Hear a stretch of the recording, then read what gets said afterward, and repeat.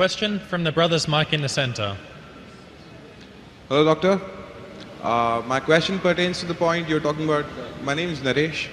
My question pertains to the point that you were making about intoxicants, small intoxicant, like you have in small quantities or big quantities, it's the same thing. It is an intoxicant. So how does it boil down to like smoking? Like it's a small intoxicant, like whatever high you have, it's for like 5 seconds, 10 seconds. How do I convince a Muslim friend of mine who says that's a gray area? There's nothing like, it's not permitted, but it's not banned, or it's not totally not allowed as such. MashaAllah, a non-Muslim friend, Naresh, wants to convince his Muslim friend I that smoke as well.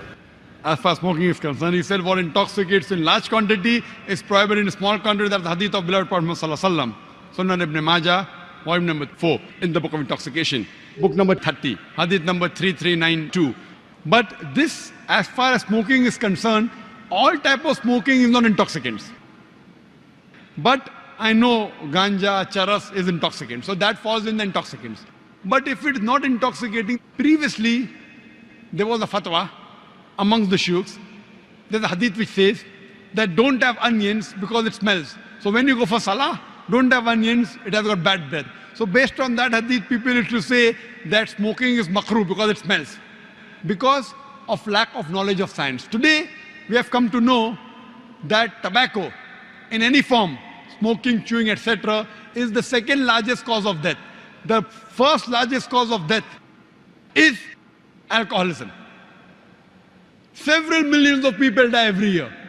It is the single largest cause of death. More than terrorism, more than war. Every year, millions of people die. The second largest cause of death is tobacco. According to World Health Organization, every year, more than 4 million people die only because of tobacco. Now, based on this, there's a verse of the Quran in Surah Baqarah, chapter number 2, verse number 195, which says, do not make your own hands the cause of your own destruction. That means committing suicide or causing self-loss is prohibited. So based on this verse, today we come to know smoking is nothing but slow poisoning. So based on this verse today, there are more than 400 different fatwas from different parts of the world that smoking is haram, tobacco is haram. Only in India, where I come from, there the scholars say makruh, because many have tobacco, so they say makruh.